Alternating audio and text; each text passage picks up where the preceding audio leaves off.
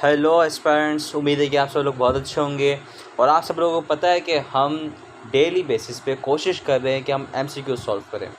आज मैं आप सबके लिए अमेजिंग से एमसीक्यूज़ का लेक्चर लेकर आया हूँ। इस लेक्चर के अंदर हम स्पेशल जो एमसीक्यू सॉल्व करेंगे वो हमारा चैप्टर होगा एंजाइम का। इस चैप्टर में के अंदर जितने भी हम एमसीक्यूज़ पूछेंगे उसको हमेशा आप याद रखें, वो एमसीक्यूज़ पूछे जा चुके हैं प्रीवियस ईयर ऑफ एमडीकेट के अंदर, जो कि 2021 का था। उसके अंदर पीएमसी ने ये सवाल पूछे हैं। इस बात को आपने ख़ास ख्याल रख के समझना पड़ेगा कि एमसीक्यूज़ किस टाइप के सवाल पूछ रहा है। और एक और ख़ास बात कि अगर आपको चैप्टर के एंड तक बने रहना है, क्योंकि मैं आपको एक इम्पोर्टेंट बात बताने जाऊँगा। उस इम्पोर्टेंट बात के लिए तो आपको मेरे साथ रहना पड़ेगा। वो इम्पोर्टेंट बात ये है कि पीएमसी ने 2021 के सेशन के अंदर आउट ऑफ सिलेबस क्वेश्चंस बहुत ज़्यादा पूछे थे। तो मैं आज आपको बताऊं कि एंजाइम में से 2021 में जो क्वेश्चंस पूछे थे आउट ऑफ सिलेबस वो किस टाइप के थे, तो उसकी भी एग्जांपल्स मैं लेकर आया और वो एमसीक्यूज़ में लेकर आया जो आउट ऑफ सिलेबस थे। तो आपको मेरे साथ बने रहना है। और फर्स्ट ऑफ ऑल यार, मैं आपके लिए इतनी मेहनत करो तो यार काइंडली इस चैनल को सब्सक्राइब कीजिए, बायोलॉजी मेरे साथ, और शेयर भी कीजिए अपने दोस्तों के साथ। तो आज के इस लेक्चर का सबसे पहला एमसीक्यूज़ है वो है ये कि the reaction will process faster if activation energy is high, remain same, low, या नन ऑफ दिस। देखिए ये पूछ रहा है कि जो एक रिएक्शन इनिशिएट हो रहा है और चल रहा है उसको आपको फास्ट करने के लिए क्या करना पड़ेगा एक्टिवेशन एनर्जी के साथ। उसको हाई करना पड़ेगा, सेम रखना पड़ेगा, या लो करना पड़ेगा। इनमें से कुछ भी नहीं करना पड़ेगा। सीधा सा मुझे इसका आंसर दीजिए। अगर आपको पता है पॉज कीजिए और आंसर दीजिए, पॉज कीजिए और आंसर दीजिए मुझे, ठीक है। इसका करेक्ट आंसर है C is the correct answer of MCQs number 1, ठीक है।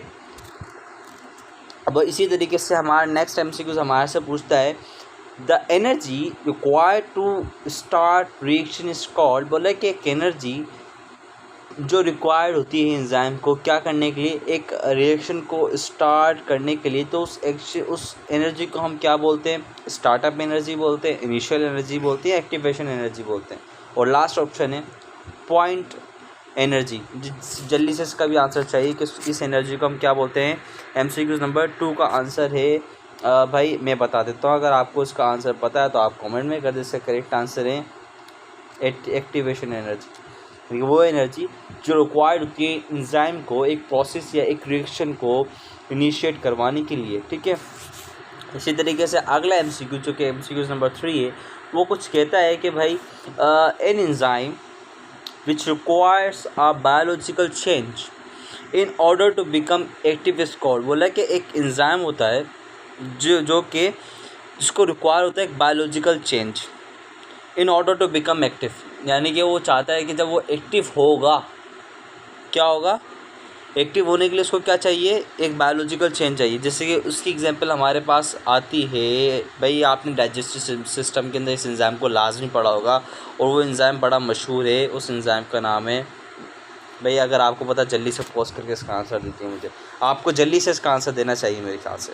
इसका करेक्ट आंसर है ज़ाइमोजिन, ठीक है। ज़ाइमोजिन वो एक एंजाइम है जो जिसको एक्टिव होने के लिए क्या चाहिए होता है? एक बायोलॉजिकल चेंज एक ह्यूमन बॉडी के डाइजेस्टिव सिस्टम के अंदर चेंज चाहिए होता है, जिसकी वजह से वो एक्टिव हो पाता है, वरना वो एक्टिव नहीं होगा, ठीक है। अब चलते हैं चौथा एमसीक्यू से। वो कुछ बोलता है कि an enzyme without its cofactor, बोलता है कि enzyme without its cofactor is called. बोला एक एंजाइम जिसके पास कोफैक्टर नहीं होगा। आपको पता है कि एंजाइम के पास 2 पार्ट होते हैं। कितने पार्ट होते हैं? एंजाइम के पास बेसिकली 2 पार्ट्स होते हैं। एक होता है हमारे पास उसका, ठीक है, उसके ऊपर जो पार्ट होता है अगला, उसके ऊपर कुछ पर्टिकुलर शेप्स बनी हुई होती है इस तरीके से। इसको हम एक अलग कलर से इसको हम डार्क कर लेते हैं, जिससे इसको हम ब्लू से करते हैं। ये वाली साइड इसको हम क्या बोलते हैं? इसको हम बोलते हैं कोफैक्टर। हम क्या बोलते हैं उसे, जो मैंने अभी बनाया था, ये ऐसे ऐसे करने के बाद इसी तरीके से इसको हम एक दूसरे कलर से बनाते हैं इसी साइड। इसको हम बोलते हैं कोफैक्टर। क्या बोलते हैं इस पूरे पार्ट को? हम कोफैक्टर बोलते हैं। देखिए जब एंजाइम के ऊपर ये कोफैक्टर ही नहीं होगा तो हम उस एंजाइम को क्या बोलेंगे? उस एंजाइम को हम बोलेंगे एपो एंजाइम। क्या बोलेंगे? Apo enzyme. जब किसके ऊपर क्या नहीं होगा, ये कोफैक्टर नहीं होगा ये वाला। तो उम्मीद है कि आपको ये मेरी बात लॉजिक समझ में आई होगी कोफैक्टर के लिए। अब हम चलते हैं हमारी नेक्स्ट स्लाइड के ऊपर, हम समझेंगे एक अगले एमसीक्यूज को। वो कहता है कि the substrate bind to specific region of enzyme, यानी कि एक सबस्ट्रेट होता है वो एक स्पेसिफिक रीजन ऑफ एंजाइम के ऊपर ज्वाइन करता है। इस कॉल्ड बताएं, उसको हम की कहते हैं या हाइपर एक्टिव साइट कहते हैं या एक्टिव साइट कहते हैं। यानी कि एक सबस्ट्रेट, जैसे कि मैंने आपको भी पिछली इमेज में दिखाया कि एक एंजाइम है, ठीक है, इसकी एक शेप है पर्टिकुलर, जैसे कि ऐसी शेप है, ठीक है। इस शेप के ऊपर एक पर्टिकुलर सबस्ट्रेट आएगा, वो भी इसकी अल्टरनेट शेप की तरह होगा, उसको हम बनाने की कोशिश करते हैं। कुछ अच्छे ही वैसे कोशिश कर सकते हैं, वो कुछ इसी शेप का होगा, ठीक है। वो आके से क्या कर जाएगा, बाइंड कर जाएगा। क्या कर जाएगा? बाइंड। यानी कि जिससे वो बाइंड करेगा उस पोर्शन को हम क्या कहते हैं, यानी कि इसको हम समझते हैं, इसको हम क्या कहते हैं, इसको हम बेसिकली क्या कहते हैं, एक्टिव साइट कहते हैं। क्या कहते हैं? Active site. उम्मीद है कि आपको ये बात भी इजीली बहुत अच्छे तरीके से समझ में आई होगी कि एमसीक्यू पूछ क्या रहा था। वन शॉट के अंदर आपको किल करना, भाई समझा, दिमाग में आया कोफैक्टर किसे कहते हैं, सबस्ट्रेट किसे कहते हैं, स्पेसिफिक साइट किसे कहते हैं। सीधी सी बात है। एंजाइम के लिए तो हमें बहुत जान लगानी, क्योंकि एंजाइम के अंदर भी एटलीस्ट 2 से 3 क्वेश्चन तो लाजमी आते हैं पीएमसी के टेस्ट के अंदर। इस बात को आपने जहन में रखना है। इसी तरीके से छठा एमसीक्यू पूछता है, which term is use to an active enzyme, जिसको हम प्रीकर्सर भी बोलते हैं, ठीक है। भाई सीधी सी बात है, उसको हम एपो एंजाइम बोलते हैं। क्या बोलते हैं? सॉरी, एपो एंजाइम नहीं बोलते, सॉरी, उसको हम क्या बोलते हैं? बोला है which term is use to एक इनएक्टिव एंजाइम, यानी कि एक जो एंजाइम होता है जो इनएक्टिव होता है उसको हम क्या बोलते हैं? एग्जैक्टली उसको एपो एंजाइम बोलते हैं। मैं थोड़ा सा कंफ्यूज हो गया था इसको देख के। अब हम चलते हैं आगे। आगे वाला एमसीक्यूज भी कुछ अच्छा सा है। वो कहता है कि catalyst that increase the rate of biological reaction are called, कि कैटलिस्ट जो कि रेट ऑफ बायोलॉजिकल रिएक्शन है, कि जो बायोलॉजी यानी कि जो लाइफ रिएक्शंस परफॉर्म करती है उसको तेज़ करे, जो फास्ट करे, उसको स्पीड अप करे, उसको हम क्या कहते हैं? एंजाइम कहते हैं। ये तो सबको पता है और पता भी होना चाहिए। अगर ये भी नहीं पता तो सर आपको पढ़ने की और ज़रूरत है, ठीक है। तो भाई आपको बने रहना, पढ़ते रहना, तो आपको मज़ा भी लाजमी आएगा। ये मेरा वादा है आपके साथ कि आपको मज़ा लाजमी आएगा। अब चलते हैं हम अगला, जो कि बड़ा अच्छा सा एमसीक्यू है। वो भी कहता है कि एक्टिव फॉर्म ऑफ एंजाइम, अभी हमने पढ़ा inactive form of enzyme is called apo enzyme, तुम पढ़ेंगे एक्टिव फॉर्म ऑफ एंजाइम। इसका आंसर तो भाई आपने देना है। मैं क्वेश्चन मुझे आपको देना है एमसीक्यूज नंबर 8 का एंजाइम आंसर है यार, आपको देना है नीचे कमेंट के अंदर। मैं नहीं दूंगा इसका आंसर, बहुत आसान है, तो आप दे ही देंगे, मुझे यकीन है। जल्दी दो भाई, जल्दी दे, मुझे पता है आप दे देंगे। जल्दी से इसका आंसर दीजिए मुझे। तो अब हम चलते हैं हमारी अगली स्लाइड पर। कहता है कि a cofactor made up of inorganic ions which is a detachable, यानी कि कोफैक्टर मैंने आपको बताया कि क्या होता है कोफैक्टर पिछली डायग्राम के अंदर, यानी कि एक नॉन प्रोटीन पार्ट, यानी कि एक अनएक्टिव एंजाइम होता है, उसके ऊपर एक पार्ट जोड़ा हुआ होता है, ठीक है। इस तरीके से पार्ट जोड़ा हुआ होता है, उसको हम क्या बोलते हैं? कोफैक्टर बोलते हैं। अगर यही कोफैक्टर क्या हो, डिटैचेबल हो, यानी कि ये हट सकता हो, यानी कि रिमूव हो सकता हो, और इनऑर्गेनिक किससे बना हुआ? आयन से बना हुआ हो, तो उसको हम क्या बोलेंगे? इसका आंसर मुझे चाहिए। क्या पता है किसी को? एमसीक्यू नंबर 9 का आंसर, इसका आंसर है भाई कोएंजाइम। क्या है? उसको हम क्या बोलते हैं? कोएंजाइम बोलते हैं। क्या बोलते हैं? यानी कि ये इनऑर्गेनिक होता है, डिटैचेबल होता है, ठीक है, इसलिए इसको हम क्या बोलते हैं? कोएंजाइम बोलते हैं। Coenzyme is the correct answer. तो भाई मुझे पता है आपको समझ में आ रहा है, मुझे उम्मीद है आपको अच्छा समझ में आ रहा होगा। अब बोलता है कि which of the following vitamin act as coenzyme, भाई सारे, क्योंकि vitamin is the branch of a vitamin की पूरी ब्रांच है केमिकल्स की। वीटा का मतलब होता है अहम, मीन्स का मतलब होता है अमाइंस, देखिए ऐसे अमाइन जो अहम है फॉर द बायोलॉजिकल प्रोसेस के लिए, ठीक, सिंपल सी बात है। तो भाई ऑल ऑफ दिस, ये सारे एंजाइम को हम क्या बोलते हैं? कोएंजाइम। यानी कि बोला कि जो कोएंजाइम होता है, जो मैंने आपको अभी समझाया, वो which of the following act as coenzyme, सारे ही विटामिन कोएंजाइम की तरह एक्ट करते हैं, सिंपल सी बात कह रहा है इधर। अब हम चलते हैं हमारी नेक्स्ट स्लाइड पर। यहाँ तक अगर आपको समझ में आ रहा है जल्दी से मेरे चैनल को सब्सक्राइब कीजिए, ठीक है। अब कहता है कि if the non protein part of enzyme is covalently bounded to the enzyme it is known as, वही बात कह रहा है। जैसे इधर इसको सवाल पूछा, बड़ा प्यारा MCQ से भी, वो ये कह रहा है कि अगर इसी तरीके से वही कोफैक्टर क्या हो, वही कोफैक्टर क्या हो, कोवलेंटली बाउंडेड हो। किस तरीके से बाउंडेड हो? कोवलेंटली बाउंडेड हो, ठीक है, यानी कि और अनडिटेचेबल हो। कोवलेंटली बाउंडेड का मतलब क्या होता है? अनडिटेचेबल और ऑर्गेनिक हो। क्या हो? ऑर्गेनिक भी हो भाई। उसको हम क्या बोलते हैं? बहुत सारे बच्चे तो यही पहचान नहीं पाते प्रोस्टैटिक ग्रुप क्या होता है और कोएंजाइम क्या होता है। तो इसी एंजाइम को हम क्या बोलते हैं? इसी पार्ट को हम क्या बोलते हैं? फिर प्रोस्टैटिक ग्रुप ही बोलते हैं। क्या बोलते हैं?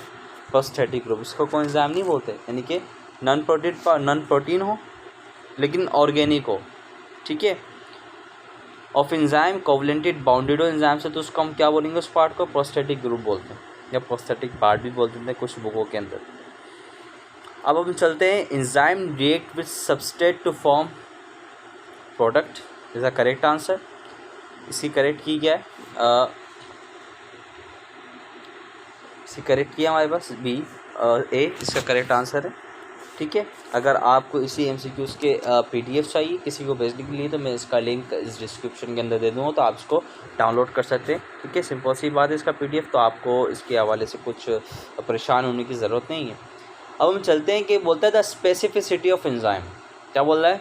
The specificity of enzyme structure depends upon globe shape, यानी कि जो उसकी शेप होती है गोल सी, एलोस्टेरिक साइट या एक्टिव साइट। भाई बोला है कि जो 13 MCQs है वो बोल रहा है कि जो शेप ऑफ एंजाइम होती है, यानी कि स्पेसिफिसिटी ऑफ एंजाइम स्ट्रक्चर जो होती है किस पर डिपेंड करती है, पता है आपको? 13 का MCQs है, इसका भी आपको मुझे खुद ही बताना है, इसका भी मैं नहीं बताऊँगा। भाई कुछ तो आपको पता होना चाहिए ना। ये तो बहुत आसान MCQ है, तो बहुत आसान, जो मुश्किल है वो मैं आपको बता रहा हूँ, आसान तो अब आपको बताना पड़ेगा, ठीक है। अब बोला विच of the following statement about active site is a not true. बोला इसमें से कौन सी जो statement active site of enzyme की वो ट्रू नहीं है, बताएं। Active site of spherical shape, भाई तो ट्रू है, ठीक है। Active site is non specific, ये गलत है, ये ट्रू नहीं है भाई। एक एंजाइम होता है, स्पेसिफिक साइट से मुराद एक एंजाइम है। हर एक एंजाइम जो कि एक अलग अलग फंक्शन परफॉर्म करता है पर्टिकुलर, उसकी एक पर्टिकुलर स्पेसिफिक साइट होती है। जैसे इसकी शेप ऐसी है, तो अगर हम दूसरा एंजाइम लें तो उसकी शेप कुछ इस तरीके से होगी, उसको हम बनाने की कोशिश करते हैं, उसका एक्टिव साइट कुछ इस तरीके से हो सकता है, ठीक है ना। तो इससे पता चलता है कि एवरी एंजाइम है पर्टिकुलर स्पेसिफिक शेप या स्पेसिफिक एक्टिव साइट। शेप नहीं होती, स्पेसिफिक साइट होती है, ठीक है। इस बात को आपने अपने माइंड में रखना है। तो अब हम चलते हैं, हमारा MCQ नंबर 15 वो कहता है कि type of bonds between enzyme and prostatic group, उसको कोवलेंट होता है, ये पिछले पीछे पढ़ चुके हैं। कोवलेंट बॉन्ड होता है किसके दरमियान? प्रोस्टैटिक ग्रुप और एंजाइम के दरमियान में। सिंपल सी बात है। अब ये बड़ा एक अहम सवाल है कि इसमें बहुत सारे बच्चे अटक जाते हैं कि भाई की किसे बोलते हैं और लॉक किसे बोलते हैं। इधर मैं आपको सारा कॉन्सेप्ट क्लियर करूँगा कि वो कहता है कि द लॉक इन की मॉड्यूलेशन वाज प्रपोज्ड बाय, पहले तो इसके साइंटिस्ट का नाम आपको पता होना चाहिए क्योंकि ये भी PMC ने पूछा था, आप बिलीव नहीं करेंगे। ऑफ कोर्स का नाम है इमेल फिशर, जिसने क्या दिया था? कीलॉक मॉडल दिया था एंजाइम के अंदर। तो आपको पता होगा कीलॉक मॉडल क्या है, और मैं अपने लेक्चर्स में पढ़ा भी चुका हूँ। अगर आपने मेरी वो लेक्चर्स अटेंड नहीं किए तो काइंडली प्लेलिस्ट में जाओ, उधर मैंने एंजाइम का लेक्चर अपलोड किया, 1 शॉट के अंदर मैंने पूरा एंजाइम पढ़ाया, आप उधर जाके पढ़ सकते हैं ईजिली। अब इधर कहता है कि इन द लॉक एंड की model of enzyme activity substrate, यानी कि आपको पता नहीं कि सबस्ट्रेट होता है वो आके अटैच करता है एक्टिव साइट से। तो बोला कि की लॉक मॉडल के अंदर सबस्ट्रेट को क्या कहा गया है? की कहा गया है, लॉक कहा गया है। बहुत सारे बच्चे परेशान होते हैं, वो कहते हैं कि भाई जो एंजाइम सबस्ट्रेट कॉम्प्लेक्स है ना, उसके अंदर एंजाइम को क्या कहा गया है? लॉक कहा गया है। क्या कहा गया है? लॉक। और जो सब्सटेंस जो कि सबस्ट्रेट होता है उसको क्या कहा गया है? की कहा गया है। बट लेकिन दिस इज़ अ रॉन्ग, ये गलत है, ये नहीं कहा गया। कहा क्या गया है मैं बताता हूँ आपको। कहा गया ये कि जो एंजाइम होता है ना, क्या एंजाइम और सबस्ट्रेट को लॉक कहा गया है। क्या कहा गया है? लॉक। और एंजाइम को क्या कहा गया है? की कहा गया। इस बात को आपने क्लियर रखना है। यानी कि इस एमसीक्यू का करेक्ट आंसर क्या होगा, सबस्ट्रेट किसकी तरह काम करता है, लॉग की तरह काम करता है। B is the correct answer. भाई मैं आपके लिए अमेजिंग से एमसीक्यूज लेकर आया हूँ, इस बात को आपने जहन में रखना है, ठीक है। बोला how many models are present for enzyme substrate complex. भाई कितने टाइप्स के एंजाइम के मॉडल दिए गए हैं, 2 टाइप्स के। एक तो इंड्यूस फिट मॉडल है, क्या है, इंड्यूस फिट मॉडल है, ठीक है। और दूसरा है की लॉक मॉडल है, जो कि मैं अभी आपको बता चुका हूँ। 2 टाइप के मॉडल दिए गए हैं। अभी बताऊँगा कि इंड्यूस फिट मॉडल किस में दिया, उसके लिए भी एमसीक्यूज आ रहा है अगला। अब वो आ गया है एमसीक्यूज। वो कहता है कि कॉस्टलैंड, कौन, कॉस्टलैंड इन 1959 propose the modified form of which of the following. भाई उसने किसका मॉडिफाइड, यूनिट मेम्ब्रेन मॉडल का दिया था, इंड्यूस फिट मॉडल का दिया था, या फ्लूइड मोइसिक का दिया था, या रिफ्लेक्स इंडेक्स मॉडल का दिया था। हमेशा याद रखना कॉस्टलैंड ने 1955 के अंदर कभी तो डेट पूछ लेता कि इंड्यूस फिट मॉडल कब आया, डेट बताओ। कभी पूछ लेता कि किसने दिया, ये भी पूछ सकता है, ठीक है। तो आपने प्रिपेयर रहना कि इन दोनों तरीक़ों से जवाब देने के लिए, ठीक है। तो इंड्यूस फिट मॉडल दिया था किसने, कॉस्टलैंड ने दिया था। इसको मॉडिफाई किया था, क्योंकि सबसे पहले की लॉक मॉडल आया था, फिर कॉस्टलैंड ने इसको मॉडिफाई करने की कोशिश की थी, तो कॉस्टलैंड ने इसको मॉडिफाई किया था उसी को, ठीक है। तो अब हम समझते हैं कि 20वां एमसीक्यू क्या कहता है कि upon increasing the temperature the shape of enzyme. जाहिर सी बात है क्या होगी, सेम तो रहेगी नहीं, चेंज होगी, डीनेचर हो जाएगी। यानी कि optimum temperature of enzyme is 37 degree. 37 से इंक्रीज़ होगा तो एंजाइम की जो एक्टिविटी डीनेचर हो जाएगी, है डिक्रीज़ हो जाएगा, ये एंजाइम ही ख़त्म हो जाएगा। सिंपल सी बात है, इसमें कोई हम जा नहीं सकते हैं बड़ी। हम चलते हैं, हमारा जो 21वां एमसीक्यू कहता है, वो कहता है कि the optimum pH for enzyme arginase. ये एक एंजाइम है, ये भी पूछा गया था, ये रट्टे वाला सवाल है, इस बात को भी ध्यान में रखना। कॉन्सेप्चुअल भी पूछा, रट्टे वाला भी पूछा, तो भाई आपको कुछ चीज़ों को अपने माइंड में मेमोराइज भी करना पड़ेगा, ठीक है। तो जो एक एंजाइम, इसका नाम ऑर्जिनस है, उसकी पीएच पूछा क्या है, ऑर्जिनस की जो एंजाइम है उसकी पीएच है हमारे पास 7.9 या 9.7, यानी कि बेसिक पीएच के ऊपर ये एक्टिव होता है। किसके ऊपर यूज एक्टिव होता है, बेसिक के ऊपर। और दूसरा एंजाइम बोला है the optimum pH for the functioning of enzyme pepsin. ये पेप्सिन वो एंजाइम है जो कि हमारे स्टमक के अंदर रिलीज़ होता है, ठीक है। किसके अंदर रिलीज़ होता है, स्टमक के अंदर रिलीज़ होता है। इसके लिए क्या पीएच रिक्वायर्ड होती है, जब पीएच स्टमक के अंदर हाइड्रोक्लोरिक एसिड की पीएच क्या होगी 2, तो तभी क्या हो जाएगा, एक्टिव हो जाएगा और ये निकलना शुरू हो जाएगा स्टमक की वॉल के अंदर से, गैस्ट्रिक ग्लैंड्स के अंदर आता है, ठीक, सिंपल सी बात है। तो हम आते हैं एक और एंजाइम जिसको हम स्लेवरी माइलेज कहते हैं, वो हमारे माउथ के अंदर पाया जाता है। इसका काम डाइजेशन ऑफ स्टार्च, यानी कि कार्बोहाइड्रेट की स्टार्च करना होता है। ये एक्टिव कब होता है, इसकी मैंने एग्जांपल लिख दी, सॉरी इसका मैं जो आंसर आपको देना है इसका भी मैं नहीं बताऊँगा, 23 का भी आंसर आपको खुद को ही देना है। भाई इसका आंसर अगर आप चाहते हैं तो आपको खुद को देना पड़ेगा, भले आप बुक खोल के दें, सिंपल सी बात है। अब हम चलते हैं, बोलता है कि ये बिल्कुल एक डेफिनेशन है, वो कहता है ये एक पूरा प्रोसेस है जो बता रहा है, ये प्रोसेस है जो डिफाइन करने की कोशिश कर रहा है कि क्या होता है।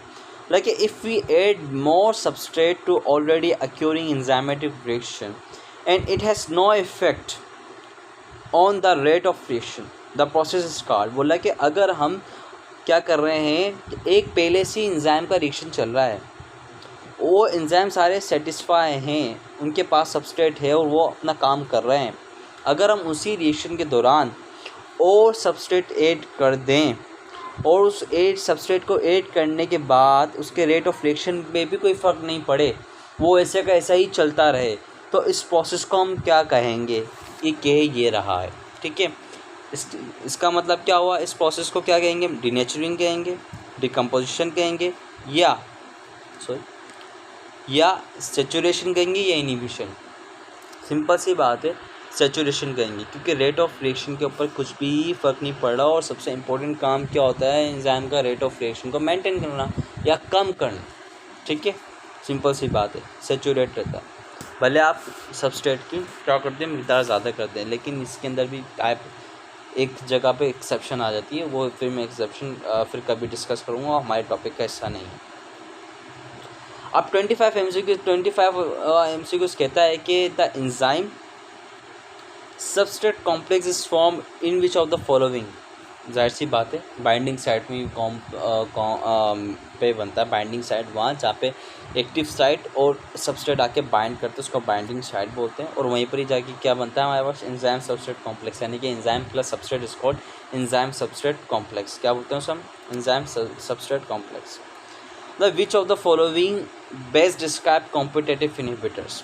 बोला कि इनमें से कौन से स्टेटमेंट है जो कॉम्पिटेटिव इनहिबिटर्स को बेस्ट डिस्क्राइब कर रही है? डू ऑक्यूपाई एक्टिव साइट, क्या वो ऑक्यूपाई करते हैं एक्टिव साइट को?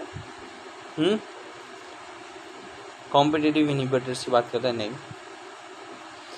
Destroy the structure of enzyme, ये काम करते नहीं, ये भी नहीं करते कॉम्पिटेटिव इनहिबिटर्स। या resemble structurally with substrate, actually जो सबस्ट्रेट होता है जो एक्टिव साइट पे जा रहा है, ठीक है, जैसे कि particular active site required particular substrate. जैसे कि मैं इधर एक एंजाइम बनाऊँ ये वाला, ठीक है, इस एंजाइम की एक एक्टिव साइट कुछ इस तरीके से बनी हुई है, ठीक है, इसके ऊपर भी जो सबस्ट्रेट आएगा कुछ इसी तरीके का ही आएगा, यहाँ से आके क्या हो जाएगा? बाइंड हो जाएगा। अब मैं बोलूँ ये सबस्ट्रेट नहीं आ रहा है, इसके बजाय कुछ एक अलग तरीके का सबस्ट्रेट आ रहा है, उस सबस्ट्रेट को हम क्या बोल देते हैं? उसको हम बना देते ब्लू से, वो जो सबस्ट्रेट है वो यूँ आ रहा है भाई, तो इसको हम क्या बोलते हैं? फिर इसको हम बोलते हैं कॉम्पिटेटिव इनहिबिटर। क्या बोलते हैं इसको? जो उसकी शेप के अकॉर्डिंग नहीं आके बैठा है किसके ऊपर? एक्टिव साइट को, उस सबसेट को हम क्या बोलते हैं? Competitive inhibitor. उसमें फ़र्क क्या होता है कि वो इसका फ़र्क होता है स्ट्रक्चरली विद सबस्ट्रेट, यानी कि स्ट्रक्चरली डिफरेंस होता है वो किससे? सबस्ट्रेट से। इस बात को आपने जहन में रखना है। मैंने आपको बहुत अच्छी डायग्राम के अंदर बेहतरीन कॉन्सेप्ट के अंदर समझाने की कोशिश करी है यार। अगर आपको थोड़ा सा भी समझ में आया तो मेरे इस लेक्चर को सब्सक्राइब, मेरे चैनल को सब्सक्राइब ज़रूर करें। अब हम जाते हैं हमारी, जो मैंने आपको पहले कहा कि भाई अगर आप अभी तक बने हुए हैं तो मैंने आपको कहा कि भाई आउट ऑफ सिलेबस क्वेश्चन भी दिए गए हैं पीएमसी की तरफ से। तो आउट ऑफ सिलेबस क्वेश्चन जो ज़्यादातर हैं वो रट्टे वाले हैं, कहीं कहीं से उठा के उन्होंने दे दिए हैं। खैर ये पढ़े हुए हैं हमने, ऐसी बात नहीं है, लेकिन फिर इसके लिए वही बात कहूँगा कि हमें फिर बुक्स को पूरा रटना पड़ेगा, रिवाइज़ करना पड़ेगा, जो कि हमारे पास है। जो मैं तो प्रीफर करूँगा कि आप जो बुक पढ़ें वो पढ़ें, कौन सी? फेडरल की पढ़ें। फेडरल की पूरी बुक पढ़ने के बाद फिर आप पंजाब की पढ़ लें अगर पढ़ सकते हैं तो, वरना ज़रूरत नहीं है। फेडरल आपका बायोलॉजी क्लियर कर सकता है, ये मेरा दावा है। आप भले इसको लिख के रखना अपने पास, क्योंकि मैंने फेडरल की बुक को पूरा छाना हुआ है। जितने भी एमसीक्यूज़ ने पीएमसी ने एमसीक्यूज़ बनाए सारे मैंने देखा है कि उसने किस में से उठाएं, फेडरल की बुक में से उठाएं बायोलॉजी की। अब इधर एक एमसीक्यूज़ देता है जो कि आउट ऑफ सिलेबस है और उसने 2021 के टेस्ट के अंदर भी पूछा था। वो कहता है कि this enzyme is use to cut DNA molecule in the rDNA technology. देखिए ये जो पूरा टॉपिक है ये बायोटेक्नोलॉजी का एक चैप्टर होता है, उसके अंदर पढ़ाया जाता है।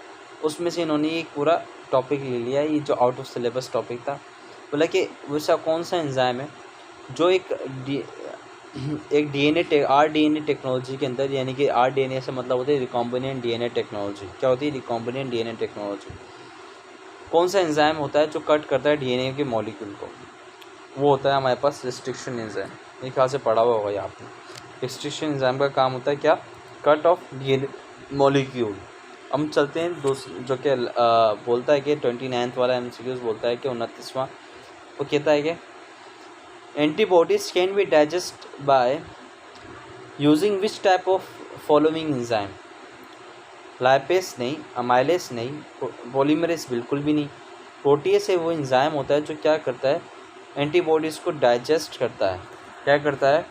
एंटीबॉडीज़ को डाइजेस्ट करता है। इस बात को आपने हमेशा याद रखना। ये एक अच्छा एमसीक्यूज़ है मेरे ख्याल से, लेकिन आउट ऑफ सिलेबस होने की वजह से ये इलीगल है, क्योंकि पीएमसी क्लेम करता है कि हम ऐसे एमसीक्यूज़ पूछेंगे नहीं, लेकिन आते हैं। लेकिन भाई आपको प्रिपेयर रहना है इस हवाले से भी, ठीक है।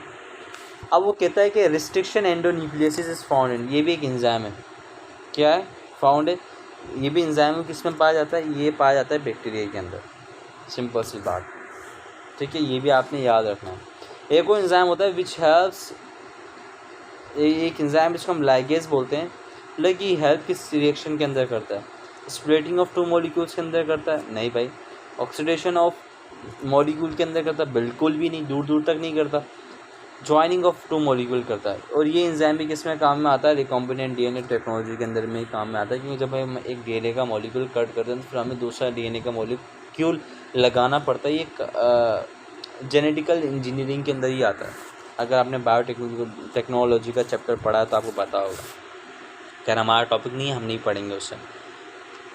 तो भाई यहाँ पे तो हमने जितने भी MCQ से सारे पढ़ चुके हैं। यार मैं एक बात कहूँगा, अगर आपको मेरा लेक्चर और ये मेरे MCQ समझ में आया हो तो काइंडली यार आपने मेरे चैनल को सब्सक्राइब लाजमी करना है। सब्सक्राइब किए बिना नहीं जाना। और हम मिलते हैं हमारे एक और न्यू लेक्चर के साथ, जिसमें हम कोई भी टॉपिक लेकर आ सकते हैं और आप भी मुझे सजेस्ट कर सकते हैं कि भाई कि फैज़ान भाई मैं किस टॉपिक के ऊपर कि आप इस टॉपिक के ऊपर लेक्चर लेकर आए, तो मैं ज़रूर लेकर आऊँगा।